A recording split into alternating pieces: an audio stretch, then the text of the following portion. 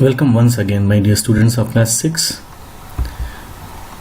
Today in plant life, we'll be doing the last portion of this chapter, and the topics which we are going to cover are fertilization, parts and types of fruits, parts of seed, and germination. So let us start with fertilization. The definition for fertilization will be the process of fusion of male and female gamete is called fertilization. This is very important for you. You have to learn this definition. The process of fusion of male and female gametes or cells is called fertilization. After fertilization, zygote is formed and that develops into an embryo. Now let us see how it happens. After pollination, when the pollen grains reaches the stigma, so here from the anther these pollen grains are reaching to stigma, and in this pollen grains you have got the male gametes. Male gametes move down into the style through a pollen tube. Now you can see one tube is developed here, and this is called pollen tube. So from here only this male gamete goes inside, comes to the style, and ultimately it reaches the ovary of the flower. Male gametes move down into the style through the pollen tube. On reaching the ovary, once it reaches the ovary, the male gametes fuses with the female gamete. Both this male and female gametes or cells, they combine together to form zygote, and this is how the process of fertilization completes.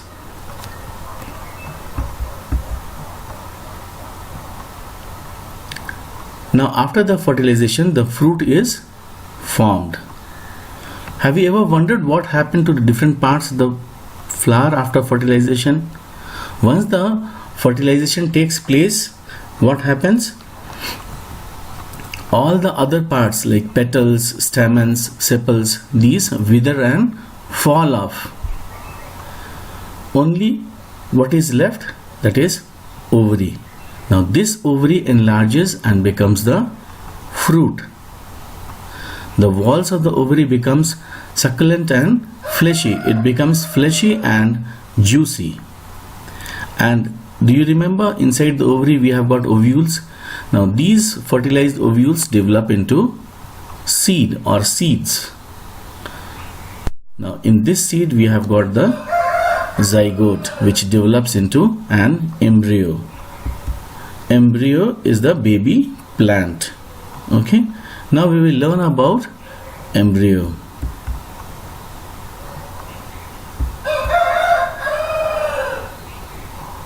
First let us see the parts of a fruit.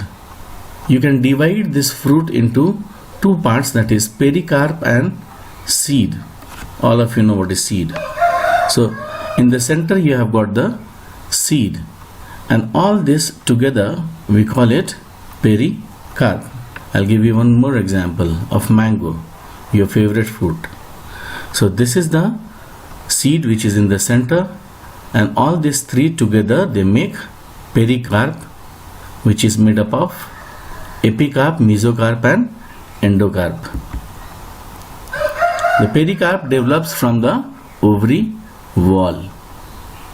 Now this pericarp is further divided into or differentiated into three layers. The first one, epicarp, this is the outer layer. Can you see this? Usually we don't eat this. This is the outermost thin leathery part. This part is generally discarded and not eaten. We throw this part. Okay, remember mango, this outer covering, the skin, we throw it, we don't eat. This is not edible. Then comes the middle part, this one, mesocarp. Now this is fleshy and sweet, juicy, and we eat this part. This is the edible part of the fruit. So mesocarp is fleshy, sweet, edible part. This layer is used to store food material. All the food material is stored in this. Last one is this one, endocarp. Here also you can see this is endocarp. This is the innermost hard layer which encloses the seed. Okay.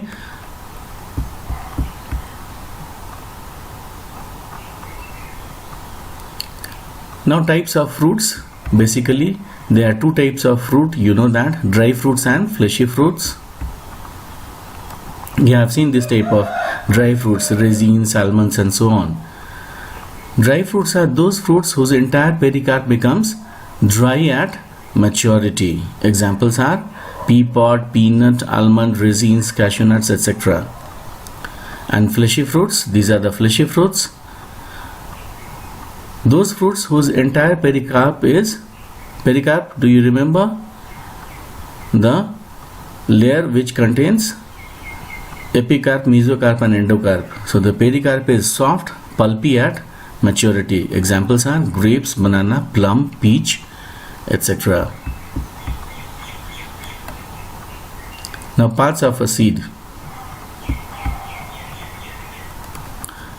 Now here the upper covering of the seed, we call it seed coat.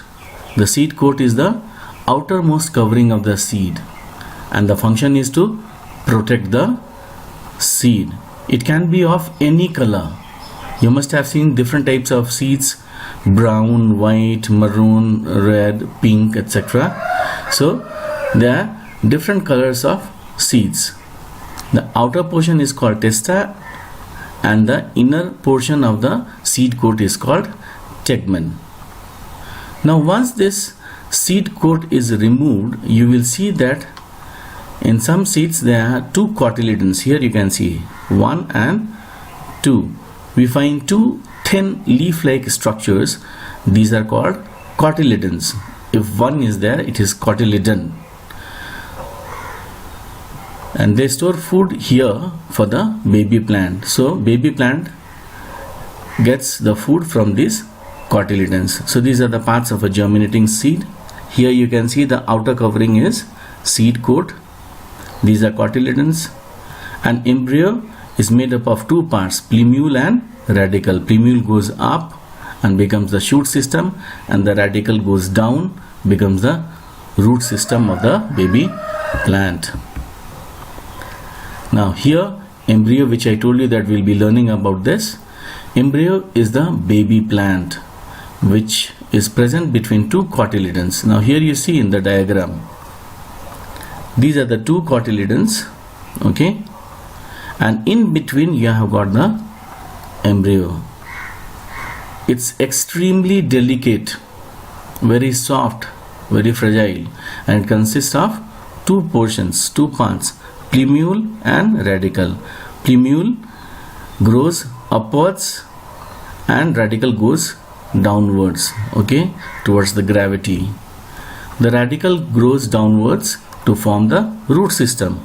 So radicle turns into the root system, and let's say plumule, it comes out and forms the shoot system of the plant, leaves, stem, branches, etc. Okay, so this was embryo. Now types of seeds. There are two types of seeds according to the number of cotyledons. Just now we learnt about cotyledons. So first one is called monocot seeds or monocotyledons. These seeds contain only one cotyledon, and examples are wheat, maize and rice. And next one is dicot seeds or dicotyledons. These seeds contain two cotyledons. The previous diagram which we saw, that was dicot seed because it had two cotyledons. Examples: mango, gram and pea. Now look in the diagram. So this is the seed of maize. Only one is there. So this is called monocotyledon or monocot. Now this is gram seed. All of you are aware of this. Once you remove the seed coat, then what will you see? There are two equal halves, and these are called cotyledons. Okay, so there are two cotyledons, we call them dicotyledon or dicot seed. If one cotyledon is there, monocot seed. If there are two cotyledons, then we call them dicotyledon seeds or dicot seeds. Now, conditions required for seed germination. There are three conditions.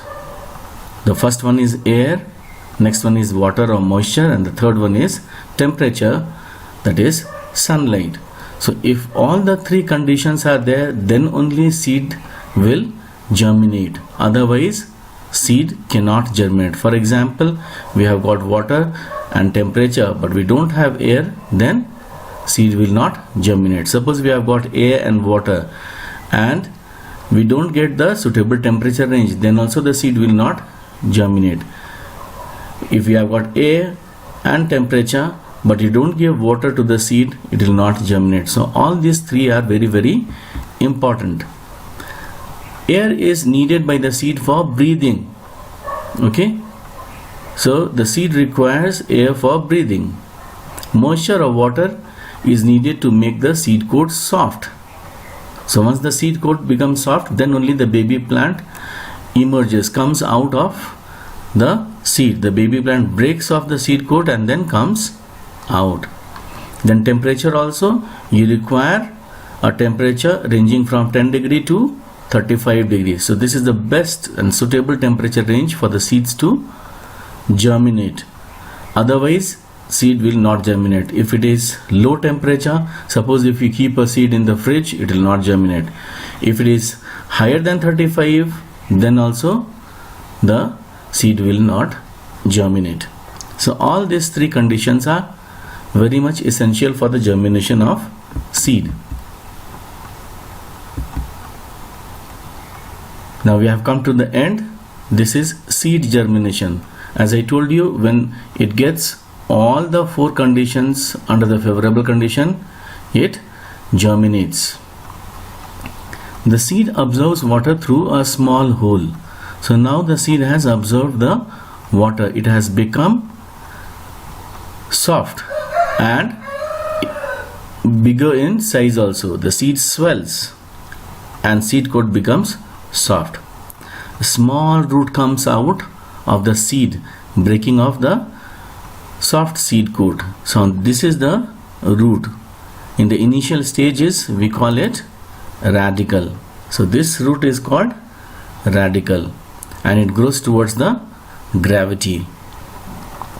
Next, a small shoot emerges out of the seed. This is called plumule. So this is the one, okay, which goes up, plumule. You can see here, it grows upwards. The seed with a small root and shoot is called seedling. Now the whole thing is called a seedling. The upper one is plumule, which turns into shoot system. Lower one is radicle, which turns into the root system. This seedling gets the food from the cotyledons of the seed. So this is the cotyledon. From here only the baby plant or the seedling gets the food. Germination ends when the shoot emerges from the soil. The plant, however, continues to grow. After a few days, green leaves developed on the shoots. So you can see here, now the green leaves are emerging and these cotyledons, they fall off. Okay, and then it turns into a new plant. So the seed turns into a new plant. Okay, so with this, the chapter comes to an end. Stay home and stay safe and have a great day. Thank you.